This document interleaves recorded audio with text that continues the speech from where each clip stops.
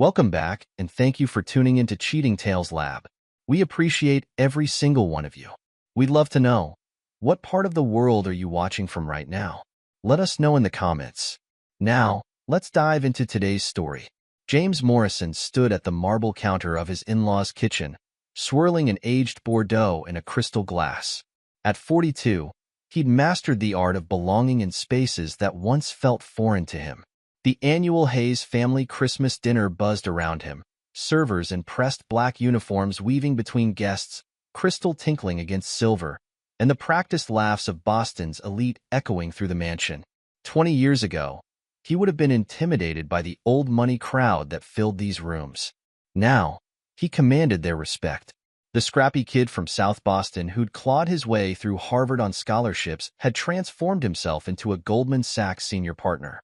His marriage to Vanessa Hayes Morrison had sealed his ascent into Boston's upper echelons, though he'd never quite adopted their affected mannerisms. "James, darling." Vanessa's voice carried across the room as she approached, her emerald silk dress rustling with each graceful step. She slipped her arm through his, the picture of devotion. "Mother's looking for you. Something about that wonderful mentoring program you've started at Goldman." He pressed a kiss to her temple, noting how the other guests watched their interaction. They were the power couple everyone loved to discuss. The self-made man and the judge's daughter who'd chosen love over her parents' preferred suitors. "I'll find Patricia in a moment. I was just thinking about calling Andre to check on those reports." Vanessa's perfectly manicured nails dug slightly into his arm. "It's Christmas Eve, James. Surely your protege can handle things for one night?" "Andre Thompson is the most promising analyst I've seen in years," James replied, his voice carrying just enough for nearby guests to hear. "Reminds me of myself at that age. Hungry, brilliant, unafraid to challenge the status quo. Yes, Mother mentioned how progressive it was of you to take him under your wing." Vanessa's smile remained fixed, but James caught the slight tension in her jaw. The Hayes family's polite racism had always simmered beneath their liberal facade. Before he could respond, Dr. Maxwell Pierce appeared at his elbow. The fertility specialist's presence at family gatherings had become routine over the years, though it still struck James as odd how deeply entwined the doctor had become with their social circle. "James, might I have a word?" Pierce's usually smooth manner seemed strained. "There's something from your recent physical we should discuss." "Now, Max." Vanessa's grip tightened on James's arm. "Surely it can wait until after the holidays?" James studied Pierce's face, noting the unusual tension around his eyes. "It's fine, darling. We'll use your father's study. Wouldn't want to disturb the festivities." He followed Pierce through the crowd, nodding at familiar faces. Judge Richard Hayes held court near the fireplace, his silver hair and distinguished bearing drawing automatic deference from the guests. Patricia Hayes orchestrated the evening from the periphery, her sharp eyes missing nothing as she directed servers and managed conversations with practiced skill. The study door closed behind them, muffling the party's sounds. James settled into one of the leather chairs, noting how Pierce remained standing, fingers drumming against his thigh. "Your latest tests showed something unexpected," Pierce began, not quite meeting James's eyes. "I've run them 3 times to be certain." "Get to the point, Mac. You're not infertile, James. You never have been. Every test shows normal fertility levels. Above average, actually." Pierce pulled papers from his jacket. "These are your complete results." I thought you should know." James accepted the papers with steady hands, his mind already racing ahead to implications. 7 years of IVF treatments. 7 years of watching Vanessa's hope rise and fall. 7 years of tests showing his supposed infertility was the barrier to their having children. "How long have you known?" His voice remained calm, controlled. Pierce swallowed hard. "James, doctor-patient confidentiality. How long?" Steel entered his tone. "The first test showed normal fertility. All of them did." Pierce took a step back. "Vanessa, she asked me to help. Said it was better if you thought the problem was medical rather than—" "She didn't want children with you, James. But she couldn't bear to tell you directly." James stood slowly, his 6'2" frame towering over the doctor. "So you falsified medical records, administered unnecessary treatments, and lied to your patient for 7 years? Tell me, Max, does the medical board know about your flexible ethics? Please, you don't understand. The Hayes family, they have influence. When Judge Hayes asks for a favor, James's smile didn't touch his eyes. Richard was involved. Of course he was. Tell me, what else have you done for the Hayes family? What other medical records have you conveniently adjusted? Before Pierce could respond, raised voices from the direction of the garage caught their attention. James recognized Richard Hayes's distinctive baritone, fury evident even through the walls. He held up a hand, silencing Pierce's attempt to speak. "Stay here," he commanded, moving silently toward the garage entrance. The wine bottle in his hand was forgotten as he approached the partially open door, his training in corporate espionage serving him well as he positioned himself to listen. "This has gone too far, Patricia." Richard's voice shook with barely contained rage. "Do you know what I found? Thomas Barrett isn't just meeting Vanessa after church. They're running an international adoption scheme through that foundation. Those orphanages overseas, they're fronts for child trafficking. I've been dismissing cases against their associates for years, thinking I was protecting our daughter's charity work." James's mind raced, cataloging every detail about Vanessa's foundation for children's education. The overseas trips, the convenient adoptions for wealthy friends, the massive processing fees that never quite added up. Patricia Hayes's response cut through his thoughts, her tone glacial. "And your hands are clean? Who approved the offshore accounts? Who backdated the adoption papers? Those children calling Thomas daddy aren't just their biological kids, they're proof of everything. One word from anyone, and we all go down." The wine bottle slipped from James's grasp, shattering on the garage floor. 2 sharp gasps followed the sound. James stood in the doorway, meeting his in-laws' shocked faces with a cold stare. In his pocket, his phone buzzed, Andre Thompson's name lighting up the screen. 7 years of lies about fertility. A sham marriage. International child trafficking masked as charity. And his signature on countless foundation documents, his reputation used to lend legitimacy to their schemes. James Morrison had built himself from nothing once before. He could do it again. But first, he would ensure the Hayes family's destruction was absolute. They'd chosen the wrong man to deceive. "James," Patricia started, her society smile sliding into place. "You misunderstand." "No, Patricia. For once in my life with this family, I understand perfectly."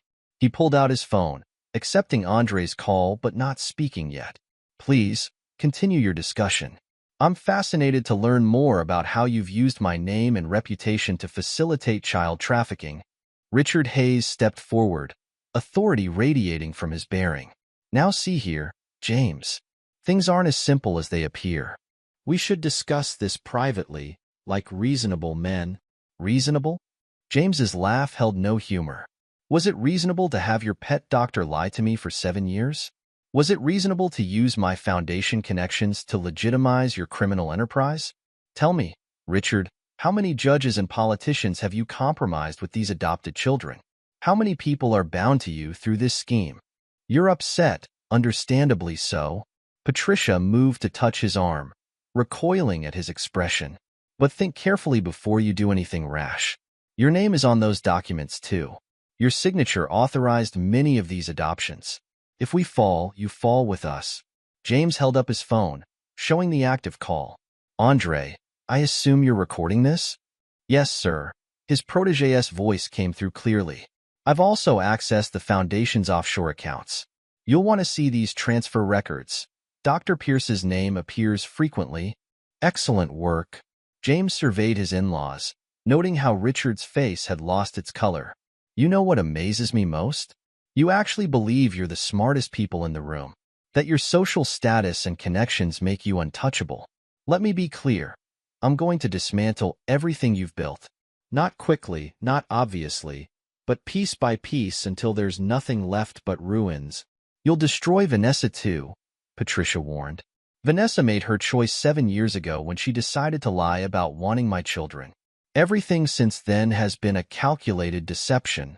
He stepped closer, his voice dropping. "I built myself up from nothing once. I can do it again. Can you say the same?" Richard's face hardened. Are you threatening us, boy? Threatening? No. I'm making you a promise. By the time I'm done, the Hayes name will be synonymous with scandal. Your social circle will evaporate. Your reputation will be destroyed. And your precious daughter? She'll learn what it means to lose everything. He turned to leave, then paused. Oh, and if anything unfortunate happens to me or Andre, everything we've discovered goes directly to the FBI, Interpol, and every major news outlet in the country. I learned to play chess at Goldman Sachs, Richard. I'm always several moves ahead. The party's sounds washed over him as he strode away, leaving his stunned in-laws in the garage. His phone buzzed again. A text from Andre, confirming more financial irregularities discovered in the Foundation's books. James Morrison had spent 20 years crafting a perfect life, only to discover it was built on lies. But he hadn't survived South Boston and Goldman Sachs by being weak. The Hayes family had mistaken his refinement for softness, his social adaptability for submission. They would learn their error too late to save themselves. James left the garage with calculated steps, his mind already constructing elaborate contingencies. The party continued around him, a surreal backdrop to his imploding reality. He spotted Vanessa holding court in the living room, her laughter carrying across the space as she entertained their social circle with practiced charm. His wife, the woman who'd spent 7 years orchestrating an elaborate deception about their inability to have children. The same woman who was apparently running an international child trafficking operation under the guise of charity. The disconnect between her polished exterior and the darkness beneath struck him with fresh force. James. Dr. Pierce approached cautiously, still hovering near the study. About our earlier discussion. Join me for another drink, Mac. James's tone left no room for refusal. He guided the doctor to a quiet corner of the library, ensuring they were out of earshot. Tell me everything you know about Thomas Barrett. Pierce's face paled slightly. I don't know what you mean. Let's not waste time with denials. James kept his voice low, reasonable. You've been handling the Hayes family's medical needs for years. You falsified my fertility records at their request. What else have you covered up? You don't understand the pressure they can exert, Pierce whispered, glancing nervously toward the party. Judge Hayes, he knows things. About my practice, about certain patients. Start with Barrett. What's his connection to Vanessa? Pierce took a shaky sip of his drink. They were engaged, briefly, before you. Old money families, expected match. But something went wrong. Thomas had ideas about how the foundation should be run. Ethical concerns, I gathered. Next thing anyone knew, they'd broken up, and Vanessa was being introduced to you at charity events. And now? They reconnected through the foundation about 3 years ago. Thomas oversees the international operations, orphanage partnerships, adoption processing. He and Vanessa work closely together. Pierce hesitated. There's more, but I've handled Vanessa's medical care since she was young. Patient confidentiality. James's hand clamped down on Pierce's wrist, his grip just shy of painful. You forfeited any ethical high ground when you spent 7 years lying to me about my fertility. Try again. She's pregnant. The words tumbled out. Early stages, not showing yet. She hasn't told anyone, but... He met James's eyes. It's not yours. The crystal glass in James's other hand crackled under pressure, but his face remained impassive. Barrett's? Pierce nodded miserably. They've been careful, but there have been other pregnancies. Terminated early, logged as routine procedures. This one. She's keeping it. James released Pierce's wrist, noting the red marks his fingers had left. The Foundation's adoption records. You've signed off on medical evaluations? Standard procedures for international adoptions. Health screenings. Vaccination records. Pierce's voice trailed off as James's expression hardened. How many children have passed through your office with suspicious documentation? How many wealthy couples received miracle matches through Vanessa's foundation after consulting with you about fertility issues? Please, Pierce whispered. They'll ruin me. They're the least of your concerns now. James pulled out his phone, showing Pierce the recording app's active status. You're going to write down everything you know. Dates, names, procedures. Every falsified record, every covered-up pregnancy, every questionable adoption you facilitated. If it's comprehensive and verifiable, maybe I'll keep your medical board out of it." His phone buzzed again. Another message from Andre. James scanned it quickly, his jaw tightening. "It seems my protege has found some interesting patterns in the Foundation's financial records. Medical consulting fees paid to offshore accounts in your name. Care to explain?" Pierce slumped in his chair. "Processing fees. For expediting adoptions, providing necessary medical documentation. The Hayes family insisted on the offshore accounts for discretion. Write it all down. Names of adoptive parents, dates, payment amounts. Everything." James stood. "You have 1 hour. I'll expect your complete statement in my email before you leave this party." He left Pierce trembling in the library, his mind already moving to the next phase. Andre's discovery of the financial irregularities had accelerated his timeline, but it also provided leverage. The young analyst had proven his worth beyond expectations. James pulled out his phone again, dialing a number he hadn't used in years. "Michael? I need your firm's services. Full surveillance package, highest discretion level. Target is Thomas Barrett. I want everything: movements, contacts, communications. Priority on interactions with Vanessa Hayes Morrison and any Foundation activities." He listened to the response, then added, "One more thing. I need comprehensive background checks on every couple who's adopted through the Foundation for Children's Education in the last 5 years. Focus on timing of adoptions relative to cases before Judge Hayes's court." The party's sounds felt distant now, meaningless. James watched Vanessa through the doorway, noting how she touched her stomach absently, a gesture he'd never understood until now. His wife was carrying another man's child while running an international trafficking operation that had compromised countless officials through blackmail and corruption. He'd spent decades crafting his image as the sophisticated businessman, the charitable foundation director, the loving husband. But underneath the tailored suits and cultivated manners, he was still the street-smart survivor who'd clawed his way out of South Boston. The Hayes family had mistaken refinement for weakness. They'd forgotten that true power didn't come from old money or social connections. It came from being willing to do whatever was necessary to win. His phone buzzed one final time. Andre had found something else. Account transfers suggesting someone was preparing contingency plans, preparing to run. James smiled coldly. Let them run. He'd built a global network during his years at Goldman Sachs. There was nowhere they could hide that he couldn't reach them. The Harbor Hotel's bar offered a studied impression of privacy, all dark wood and discreet lighting. James arrived early, selecting a corner booth that allowed him to observe both the main entrance and the service exit. He'd spent the hour before the meeting making precise arrangements, security teams positioned strategically, recording devices activated, escape routes planned. The Christmas party had ended hours ago, leaving him with a wealth of information to process. Pierce's detailed confession sat encrypted in his email, backed up to multiple secure servers.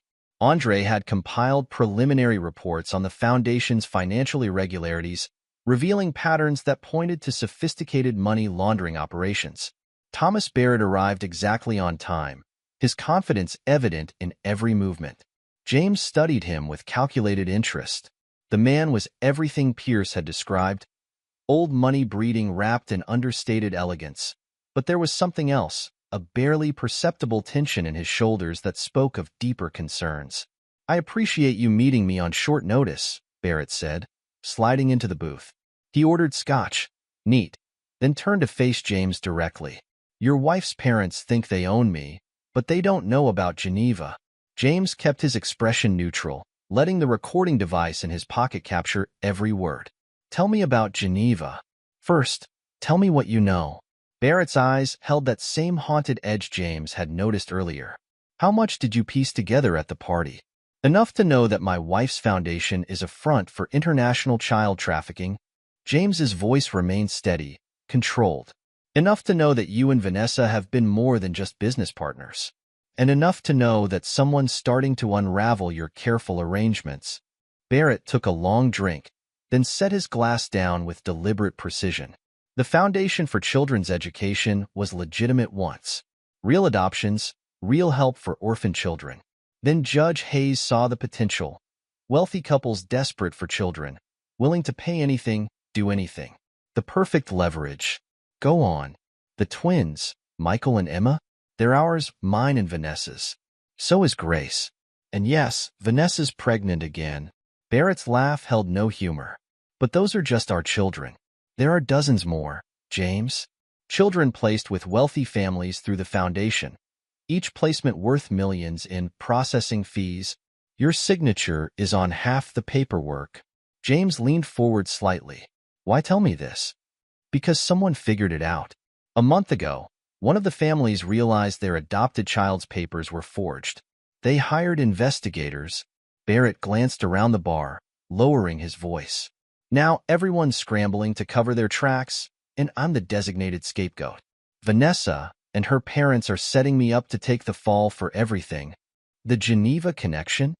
Offshore accounts, hidden records. I was careful, kept copies of everything. Every transaction, every placement, every judge and politician who suddenly ruled in favor of foundation-connected clients after adopting a child. Barrett pulled out a phone, showing James a complex web of encrypted files. It's all here. Insurance, I thought. Now it's the only thing keeping me alive. James studied the man across from him.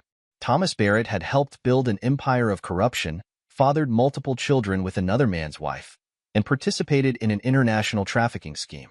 Yet here he sat, trying to bargain his way to safety with evidence that could destroy everyone involved. Your sister, James said, watching Barrett's reaction. Catherine Barrett Martinez, the child psychologist. What's her role? Barrett's composure cracked slightly. Leave her out of this. She's clean.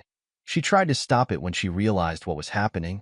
That's when they started using her practice to launder money, threatening to implicate her if she spoke up.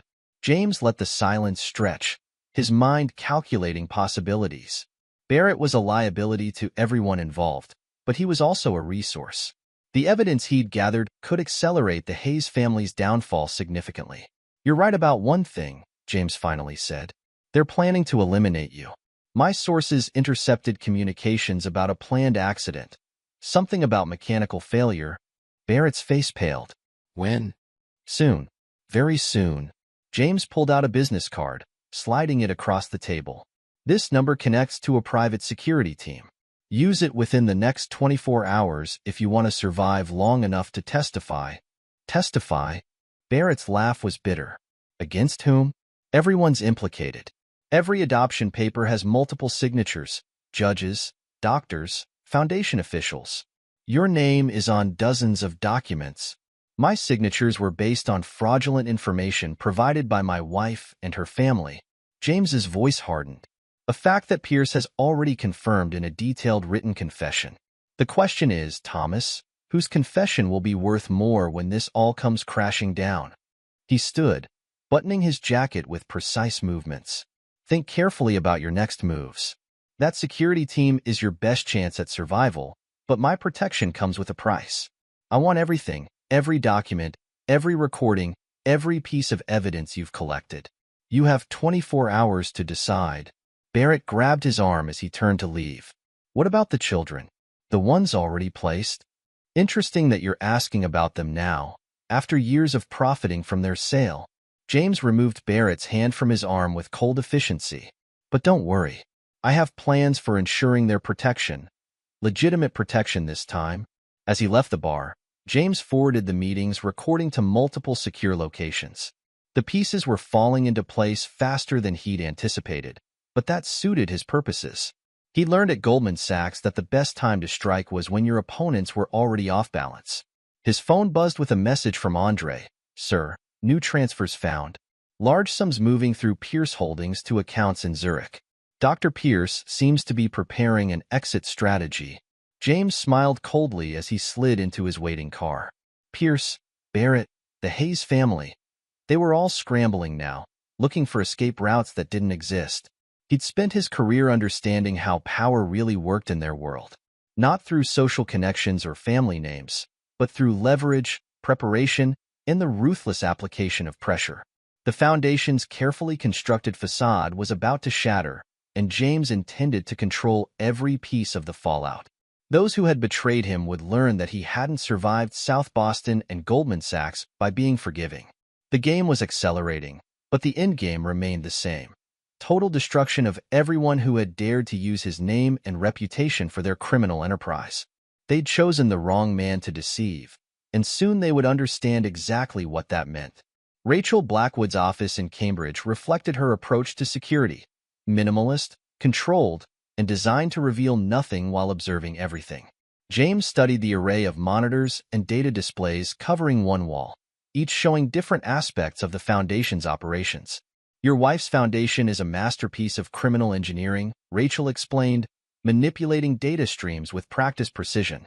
Her fingers danced across multiple keyboards, revealing layer after layer of financial complexity. Every legitimate adoption covers 3 illegal ones. The real money comes from placing specific children with specific families. Families that later receive favorable rulings in Judge Hayes's court. James recognized several names scrolling past. These are all clients of Pierce Holdings. Dr. Maxwell Pierce isn't just your fertility specialist. He's the middleman.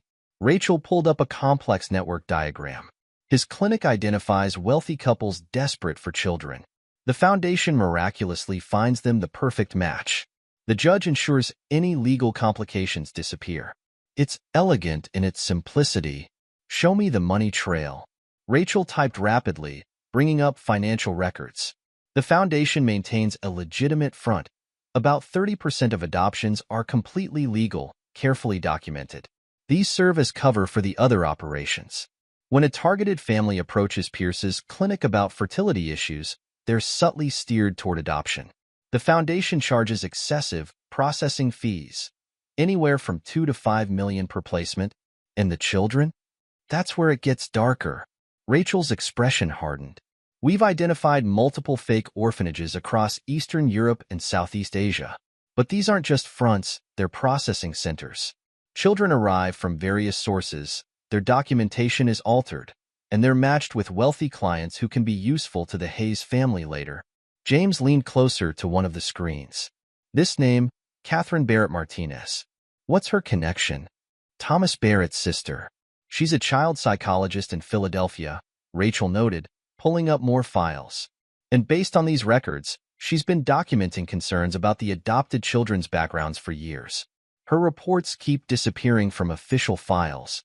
Show me everything you have on her." Rachel brought up a new set of documents. "She's respected in her field, specializes in trauma and adoption adjustment.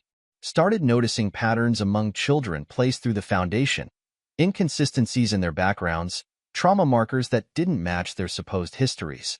She filed official reports, but they were buried. Then suddenly, her practice started receiving large consulting fees from Pierce Holdings. Blackmail? Looks that way. They turned her legitimate concerns into leverage. Her signature on psychological evaluations lent credibility to the adoptions. If she spoke up, they could paint her as complicit." James absorbed the information, his mind already formulating strategies. "What about the recent transfers Andre found? Someone's definitely preparing an exit strategy." Rachel pulled up banking records. Large sums moving through a complex network of shell companies. The pattern suggests they're setting up fall guys while protecting key players. Pierce's name is all over these transactions. Can you trace the endpoints? Rachel's fingers flew across the keyboard. Most lead to numbered accounts in Switzerland and the Caymans. But there's something interesting, a recurring connection to a private security firm. They specialize in accident arrangement. Thomas Barrett mentioned someone was setting him up to take the fall. James mused. Looks like he wasn't paranoid enough. There's more. Rachel hesitated, then pulled up another file. Your signature appears on key documents, but there are inconsistencies. The timestamps don't match your known movements. Someone's been forging your authorization. James smiled coldly. Document everything. I want forensic analysis of every signature, every authorization. Show me who had access, who processed the paperwork, everything. That's not all you'll want to see. Rachel accessed another database. I found something in the adoption records, a pattern of placements with judges and politicians who later ruled favorably in cases involving Hayes family interests. It's subtle, spread over years, but the statistical correlation is undeniable. Systemic corruption through strategic child placement, James said quietly. They weren't just trafficking children. They were weaponizing adoptions for leverage. The foundation is just the visible part, Rachel warned. This network involves judges, politicians, medical professionals, people with everything to lose if this becomes public. Good. James's voice held no warmth. The higher they've climbed, the farther they'll fall. Rachel studied him carefully. These people won't go down easily. They have resources, connections. They have desperation, James corrected. And desperate people make mistakes. Keep digging. I want every connection, every transaction, every phone call. Build me a kill switch that will bring down their entire empire. What about the children? Rachel asked. Some of these families genuinely don't know their adoptions were illegal. Protect the innocents, James instructed. Document which adoptions were legitimate, which families were unknowing participants. We'll need that information later. His phone buzzed. Andre had found more evidence linking Pierce Holdings to offshore accounts. James forwarded the information to Rachel, watching as she integrated it into her analysis. One more thing, he said, turning to leave. I need everything you can find on Catherine Barrett Martinez. If she's been documenting the truth all along, she might be useful. Rachel's voice stopped him at the door. James, be careful. People who traffic children won't hesitate to eliminate threats. He turned back, his expression reminding her why he'd survived decades in the cutthroat world of high finance. They should be worried about eliminating me. I'm not the one with everything to lose. Catherine Barrett Martinez's Philadelphia office projected calculated warmth, comfortable but professional, designed to put troubled children at ease while maintaining clinical efficiency. James noted the security cameras discreetly positioned at key points, the reinforced door locks, the panic button under her desk.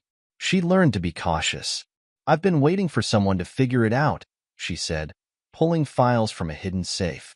No small talk, no pretense. She'd been prepared for this meeting.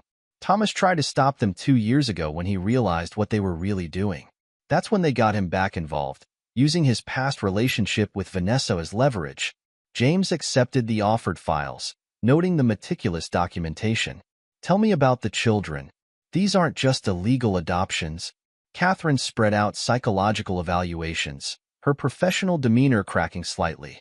Some of these children were taken from their biological families. The foundation places them strategically, with judges, politicians, business leaders. Instant blackmail material. Explain. She pulled out more reports, each marked with dates and detailed observations. The trauma patterns don't match their supposed backgrounds. Children allegedly from orphanages show attachment bonds and separation anxiety, consistent with having been removed from stable families. Their language development, cultural knowledge.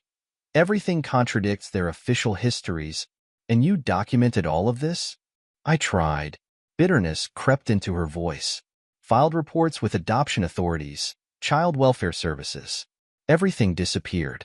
Then Pierce Holdings offered my practice a consulting contract, $1 million a year to provide psychological evaluations for their adoptions. The threat was clear. Play along or be implicated. James studied her carefully. Why show me this now? Because Thomas called me. She met his gaze steadily. He said you might be able to end this, that you had the resources and the motivation to bring them down. Your brother made some questionable choices.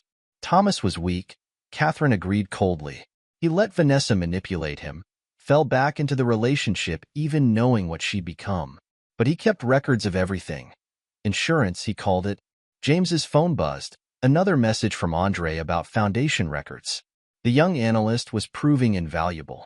Tell me about the psychological evaluations Pierce Holdings paid you to provide. They wanted legitimacy. Catherine pulled up more files on her computer. My reputation in the field made the adoptions look proper. But I documented everything, every inconsistency, every red flag. Created 2 sets of records. The official versions they wanted, and the truth. Dangerous. Necessary. She turned the screen toward him. Look at these placement patterns. Every major corruption case Judge Hayes dismissed in the last 5 years? The defendants had adopted children through the foundation.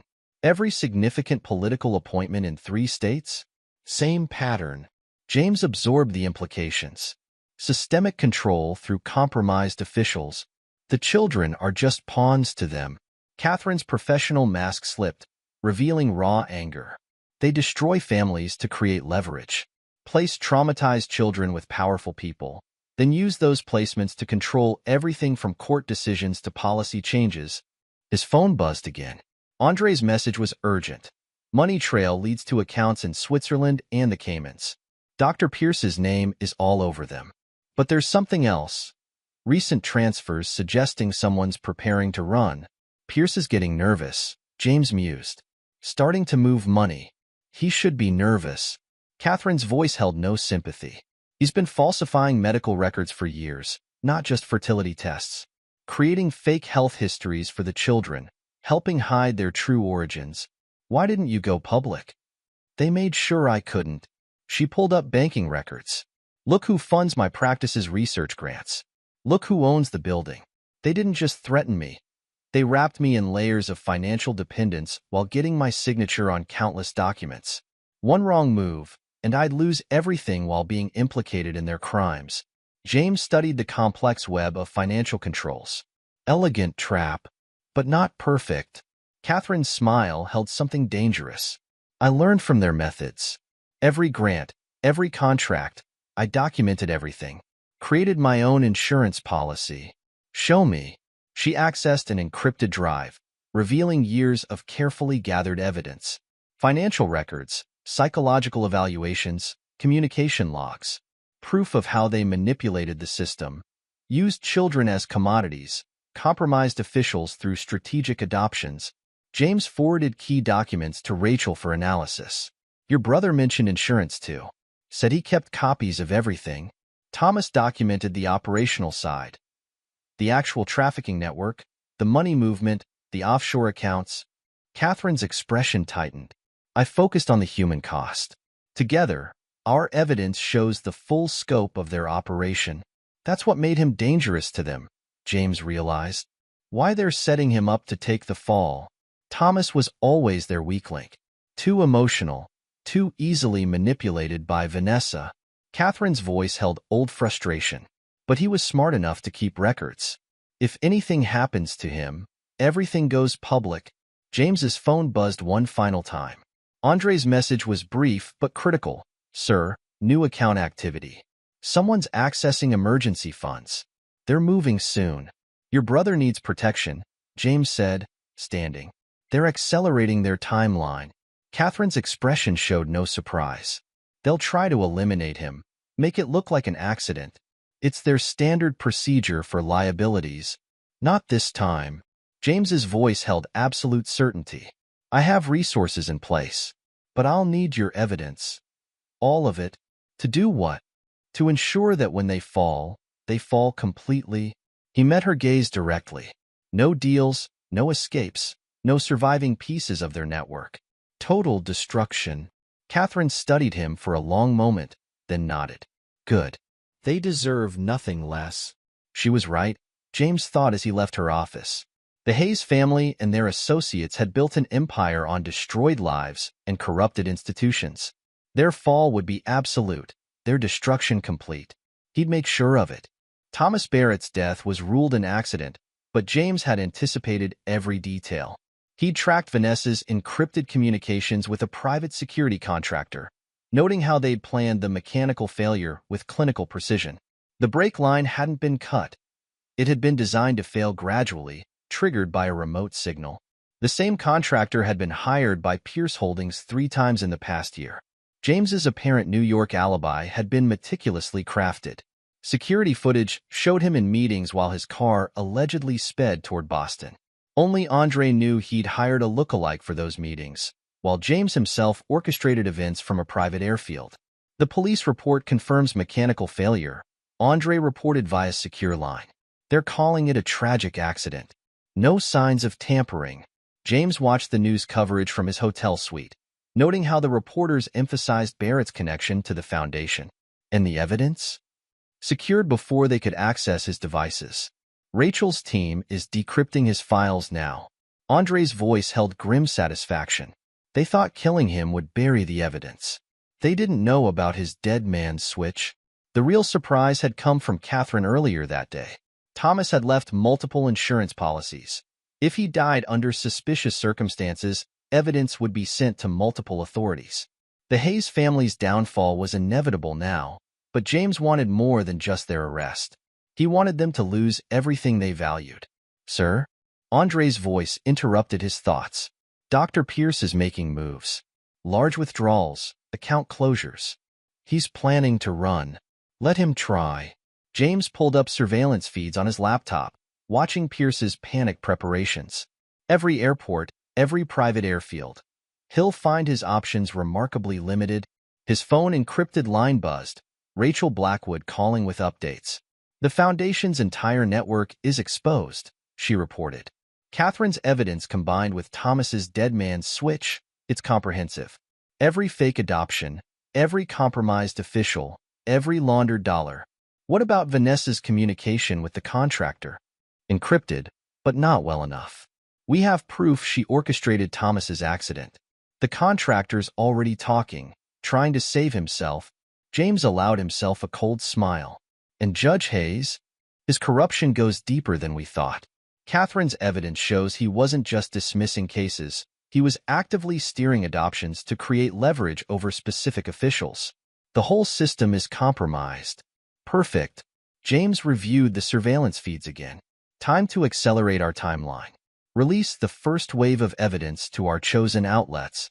The pieces were falling exactly as he'd planned. Pierce would try to run, only to find every escape route closed. The Hayes family would wake up to their empire crumbling, their carefully constructed facade shattered by precision strikes of information. Sir? Andre's voice held a note of concern. What about the families? The ones who didn't know their adoptions were illegal? Protection protocols are in place, James assured him.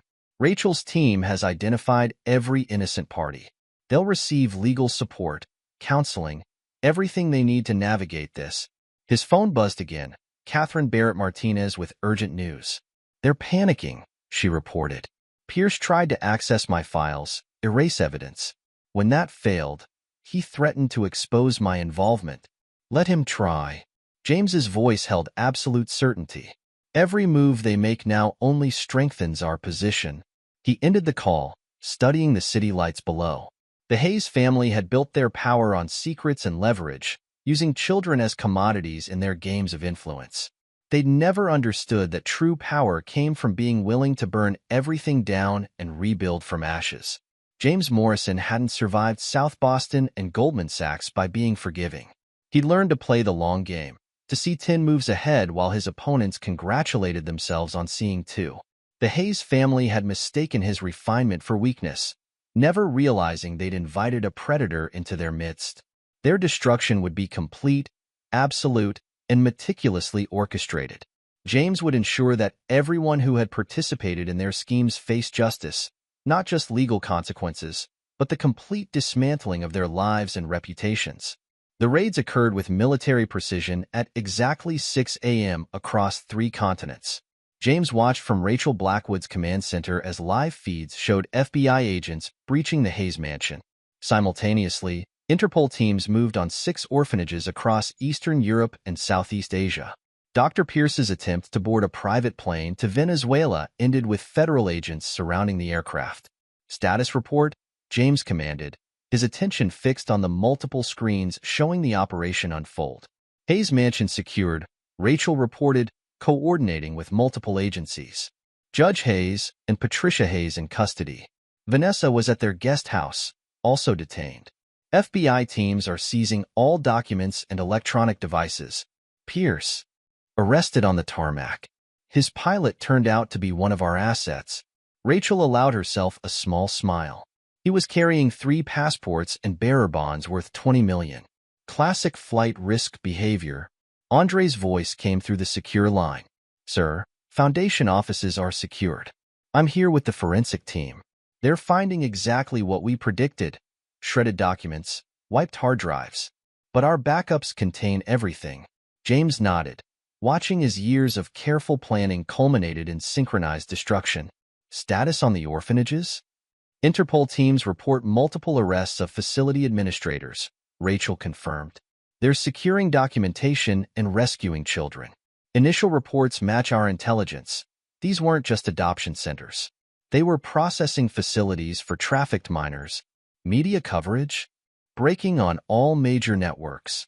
Rachel brought up news feeds. We timed the press releases perfectly.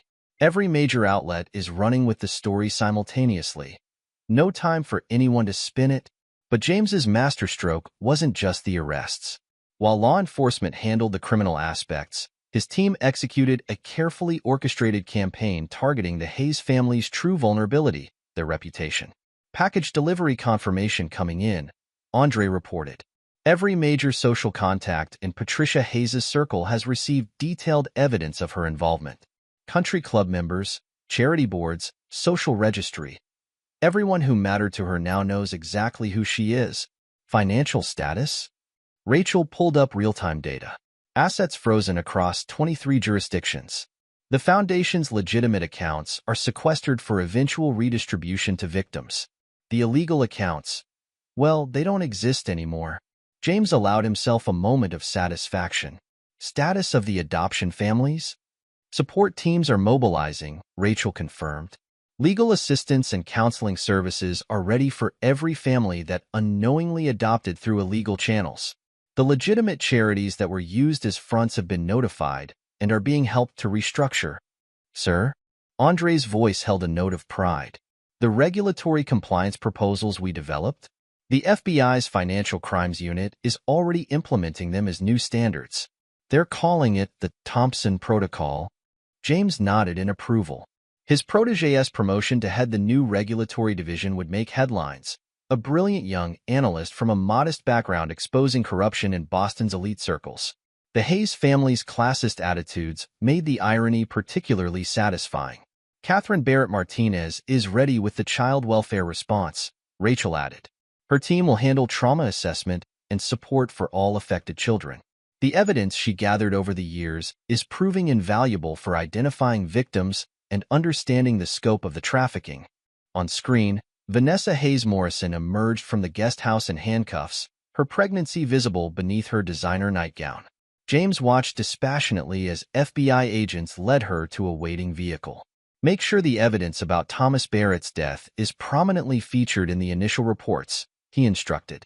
I want her role in orchestrating his accident to be central to the narrative. Already done, Rachel confirmed. The contractor rolled on them completely. His testimony, combined with the encrypted communications we intercepted, makes it impossible to claim his death was accidental. The operation continued, unfolding across multiple screens. Pierce Holdings offices being raided. International banks freezing suspicious accounts. Adoption agencies worldwide launching internal investigations. Years of careful preparation executing flawlessly. Sir? Andre's voice carried urgency. Judge Hayes is asking to speak with you. Says he wants to make a deal. No deals. James's voice held absolute finality. He had years to do the right thing. He chose power and corruption instead. Let him face the consequences. Rachel studied the man beside her, noting the cold satisfaction in his expression. The Hayes family's entire social world is imploding. Patricia's friends are already distancing themselves. The judge's legal colleagues are scrambling to review every case he ever touched. Vanessa's charitable connections are denying they ever knew her. Good. James checked his watch. Time for Phase 2. Release the detailed financial records to the regulatory agencies. Show them exactly how the money moved, how many officials were compromised.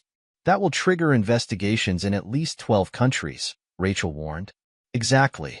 Let them tear each other apart trying to save themselves. James turned to another screen showing Pierce being processed by federal agents. Make sure our friend the doctor understands his position. Every falsified medical record, every covered-up pregnancy, every illegal adoption he facilitated.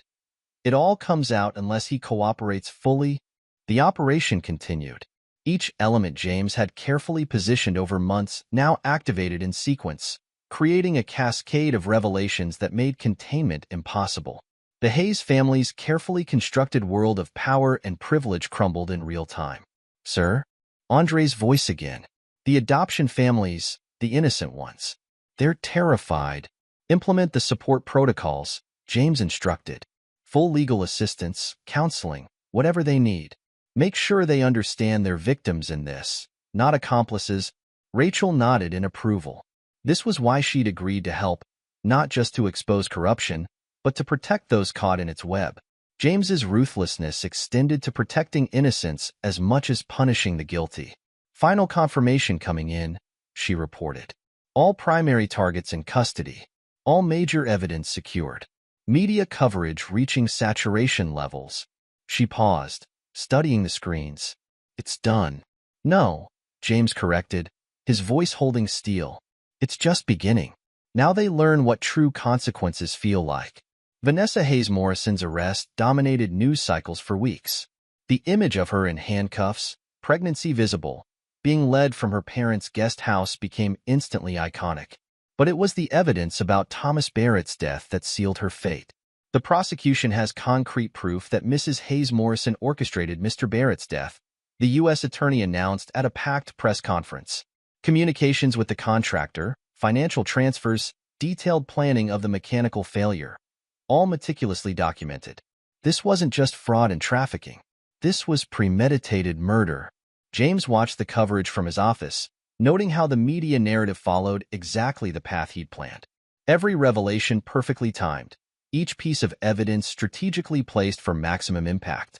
The contractor's testimony is devastating, Andre reported, reviewing court documents. He's detailed how she planned everything, the remote-triggered brake failure, the timing to make it look accidental. She wanted Barrett eliminated before he could expose the Foundation's activities. And her parents? Patricia Hayes is in complete meltdown. Andre pulled up social media monitoring. Every society connection she cultivated, every charitable board she dominated, they're all publicly denouncing her. The evidence packets we sent hit exactly as intended. Her social destruction was complete before she ever faced a judge. James nodded in satisfaction. Patricia Hayes had weaponized social connections for decades. Watching those same connections turn against her was particularly fitting justice. The judge? Trying to negotiate through intermediaries. Offering to expose other corrupt officials in exchange for leniency. Andre's disgust was evident. His health is failing. Prison doctors say the stress is accelerating his decline. Make sure his plea negotiations are leaked to the press, James instructed. Let everyone see him trying to save himself by betraying others. It will accelerate the domino effect in the legal community. The evidence about compromised court decisions had triggered a tsunami of case reviews. Every ruling Judge Hayes had made in cases involving Foundation-connected parties was being scrutinized. The corruption reached deeper than even James had initially suspected. Sir? Andre hesitated. Catherine Barrett Martinez's preliminary reports on the children. It's worse than we thought. The trauma patterns, the separation issues. Some of these kids were definitely taken from existing families. James's expression hardened. Status of the support services? In place and expanding. Catherine's team is coordinating trauma-informed care for all affected children. The legitimate adoptive families are receiving comprehensive support, legal, psychological, whatever they need. And the trafficking victims? International teams are working to identify origins, locate biological families where possible. It's slow work, but Catherine's documentation is proving invaluable. James turned to the window, considering the scope of destruction he'd engineered. The Hayes family's downfall wasn't just criminal, it was absolute. Their reputation, their social standing, their entire world had been systematically dismantled. His phone buzzed with an update from Rachel. Pierce is breaking, offering full cooperation in exchange for protection. Says he has evidence about other trafficking networks. Let him talk, James replied. But make sure he understands. One lie, one omission, and every medical crime he ever committed becomes public. Every falsified record, every covered-up pregnancy, every illegal adoption he facilitated. The doctor's cooperation would help dismantle similar operations globally. James had suspected the Hayes Foundation wasn't unique. just one node in a larger network of corruption. Pierce's testimony would help expose it all. Sir? Andre again. The trust funds are structured and ready. Anonymous accounts for all affected minors, restricted to education and healthcare expenses. Even the Hayes children will be provided for. James nodded in approval. Vanessa's biological children with Barrett were innocent victims too. His vengeance didn't extend to punishing children for their parents' crimes. The Foundation's legitimate operations? Being transferred to new management, Andre confirmed. Clean staff, transparent processes, proper oversight. Catherine's agreed to consult on rebuilding it as a genuine child welfare organization. The destruction James had engineered was precise in its targeting. The corrupt would fall, but legitimate charitable work would continue under new leadership. The innocent would be protected while the guilty faced justice. Final status on Vanessa? No possibility of bail. The murder charges alone ensure she'll never see freedom again. Andre paused. She's asking to speak with you. No. James's voice held no emotion. She made her choices. Multiple choices, over many years. She can live with the consequences. The media coverage continued unfolding exactly as he'd planned. Each day brought new revelations, new evidence of corruption, new details of lives destroyed by the Hayes family's schemes. Their fall from grace was complete and irreversible. Sir? Andre's voice held respect. What you've done here, it's changing things. The Thompson protocols are already being adopted by other agencies. This could prevent similar operations from ever taking root. James allowed himself a small smile. His protégé's success was a particularly satisfying form of revenge against the Hayes family's elitism. Andre Thompson, the brilliant analyst from a modest background, would help reshape the regulatory landscape while they watched from prison cells. 1 year after the raids, James sat in his office reviewing final reports. The Foundation's legitimate charitable work had been successfully transferred to a new organization led by Catherine Barrett Martinez, focusing on genuine adoption support and family reunification. Andre Thompson's regulatory reforms had become industry standard, earning him international recognition. The last appeal was denied, Rachel reported, entering with fresh documents. Vanessa's conviction stands, multiple life sentences with no possibility of parole. The murder charges alone would have done it, but the trafficking convictions made it absolute. James nodded, studying the reports. Status of the children? Catherine's programs are showing remarkable success. The trauma recovery rates exceed expectations.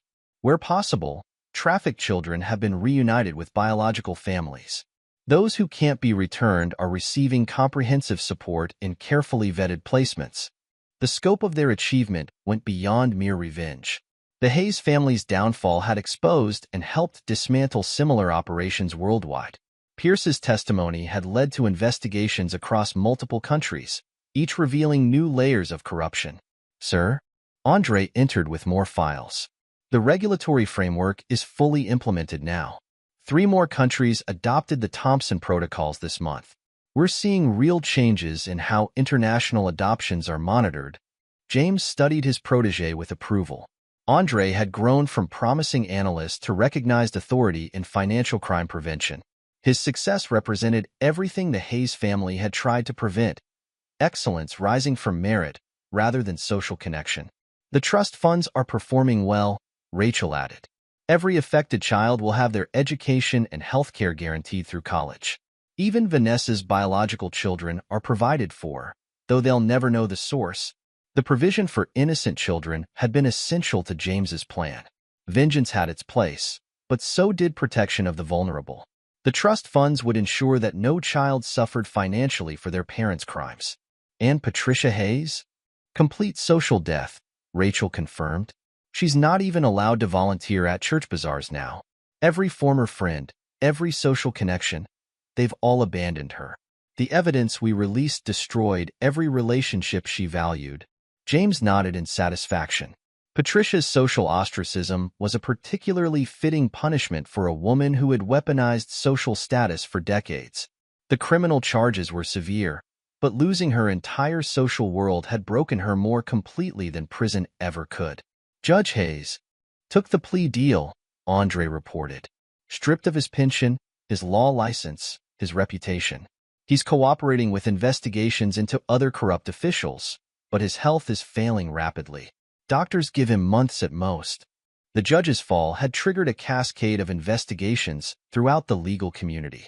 Every case he touched was being reviewed, exposing decades of corruption. His legacy would be one of shame rather than judicial distinction. Rachel moved closer to James's desk, her professional demeanor softening slightly. The new Children's Center opens next month. Catherine wants to know if you'll attend the dedication.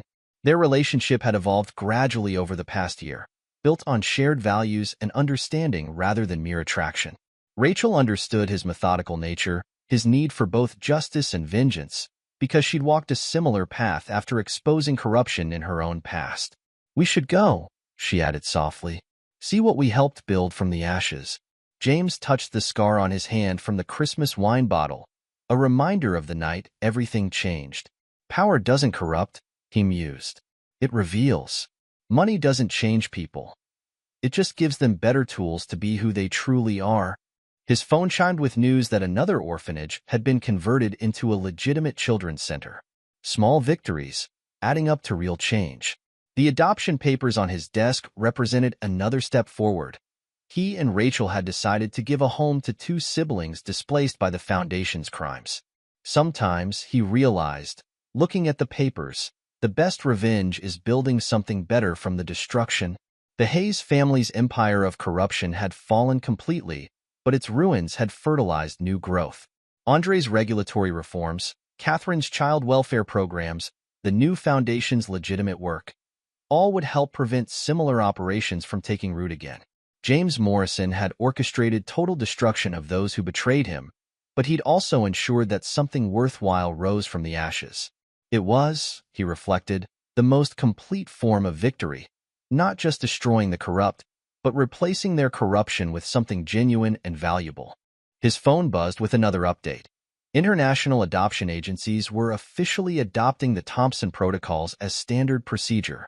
The changes he'd set in motion would ripple outward for years to come, protecting countless children from exploitation.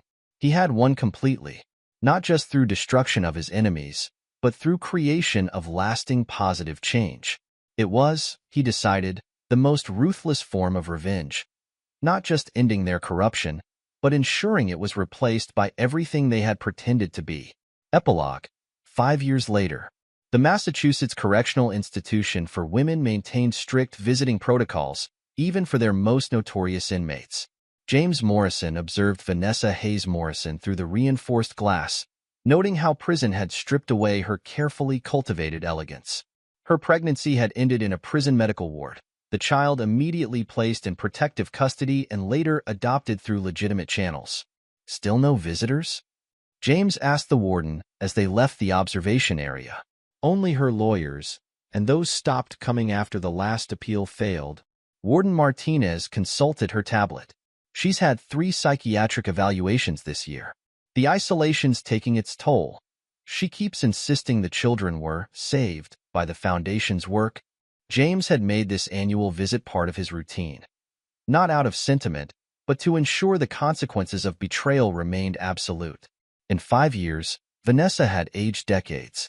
The society princess who'd orchestrated an international trafficking operation now spent 23 hours a day in controlled isolation, her only company the guilt of destroyed lives. Her mother tried to arrange a visit last month, the warden added. "We denied it, per standing orders." Patricia Hayes remains on the restricted contact list. Patricia Hayes's fall had been particularly spectacular. Released after serving 3 years, she'd found herself completely ostracized from Boston society. Every club membership revoked, every charity board position stripped away, every social connection severed.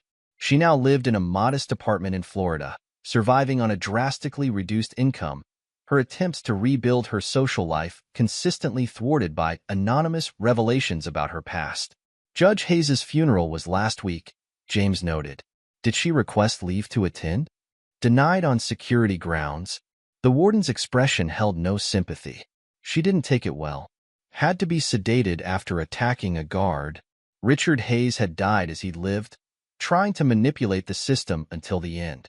His plea deal had implicated dozens of corrupt officials, but hadn't saved his reputation or his fortune. He'd spent his final months in a prison medical ward, his legacy one of shame rather than judicial distinction. James's phone buzzed, Rachel confirming their dinner plans. Their relationship had deepened over the years, built on shared principles and understanding. The two siblings they'd adopted, Mark and Sophia, had thrived under their care. At 12 and 10, they showed no lasting trauma from their foundation experience, thanks to Catherine Barrett Martinez's innovative therapy programs. The Thompson Institute's latest report, Andre texted, attaching documents. Implementation of our protocols has reduced international adoption fraud by 78% globally. Andre Thompson's rise had become legendary in financial circles. The brilliant analyst from a modest background now headed a prestigious think tank, his regulatory frameworks reshaping how international adoptions were monitored. His success represented everything the Hayes family had fought against: excellence based on merit rather than social connection. James's next stop was the new Foundation for Child Protection and Family Services, housed in a modern building that emphasized transparency in both architecture and operation. Catherine Barrett Martinez had transformed the organization into a model of legitimate international adoption work. The latest numbers are encouraging, Catherine reported in her office, surrounded by child psychology research and family support programs. We've helped reunite over 300 trafficked children with their biological families. For those where reunion wasn't possible, our trauma-informed placement program shows a 97% success rate. The Foundation's transformation embodied everything James had intended, not just destroying corruption, but replacing it with genuine good. Every successful adoption, every family reunited, every child helped through trauma was a victory over the Hayes family's legacy. Thomas's children? He asked, though he monitored their progress regularly. Thriving. Catherine smiled warmly. The twins are in high school now. Grace just started middle school. Their adoptive family is wonderful, one of our best success stories. They know their history, but they're not defined by it. The children had been James's primary concern after their biological parents' respective falls. Through carefully structured trusts and Catherine's guidance, they'd found stability with a vetted family who understood their unique needs.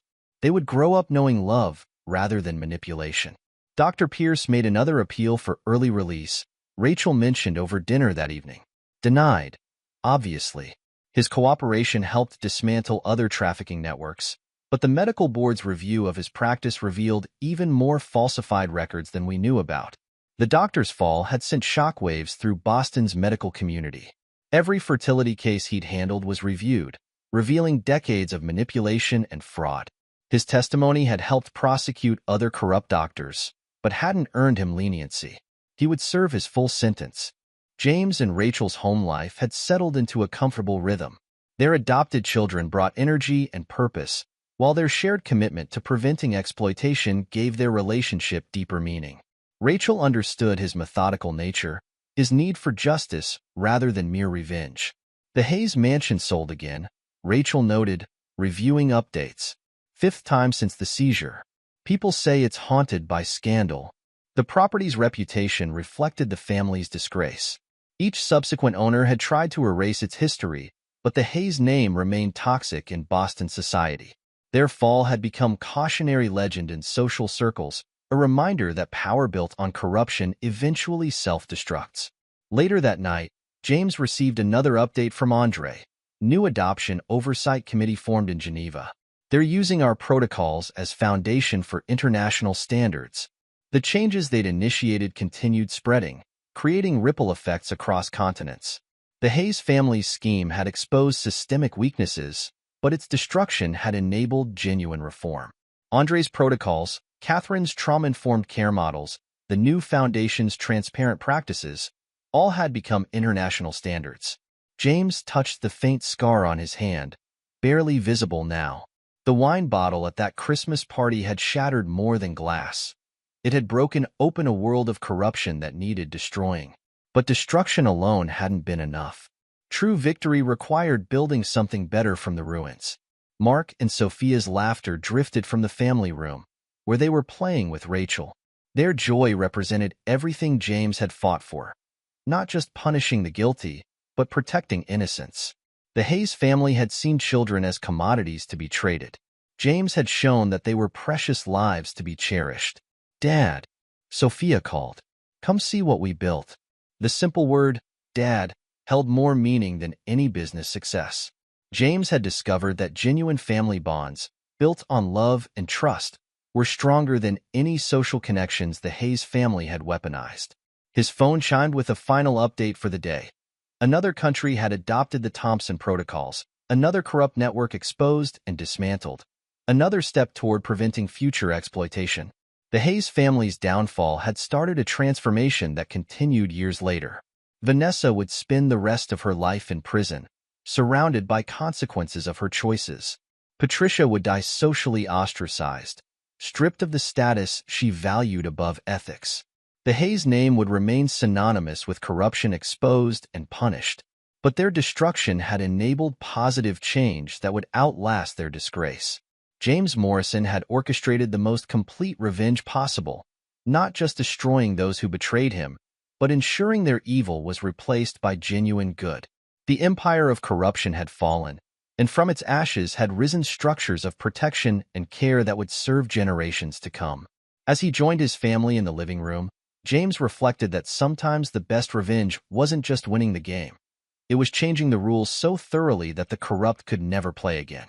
Mark was building with blocks, creating complex structures that showed his engineering mindset. Sophia was drawing detailed plans for a children's playground she wanted to design for kids who need safe places. They were living proof that trauma could be healed, that new beginnings could flourish in the aftermath of destruction. Rachel caught James's eye and smiled, understanding his thoughts. They had built something genuine from the ashes of betrayal. The Hayes family had lost everything they valued, while James had gained what they could never understand: real family, true purpose, lasting positive change. The final victory wasn't just in destroying evil, but in nurturing good. Not just in punishing betrayal, but in building trust. Not just in dismantling corruption, but in establishing protection for the vulnerable. James Morrison had mastered the art of complete revenge, destroying the corrupt while creating something incorruptible in its place. The game was long over, but its positive consequences would echo through generations. Sometimes, James reflected, the most ruthless revenge was ensuring that good triumphed so completely that evil could never regain its hold. This is where our story comes to an end. Share your thoughts in the comments section. Thanks for your time. If you enjoy this story, please subscribe to this channel. Click on the video you see on the screen, and I will see you there.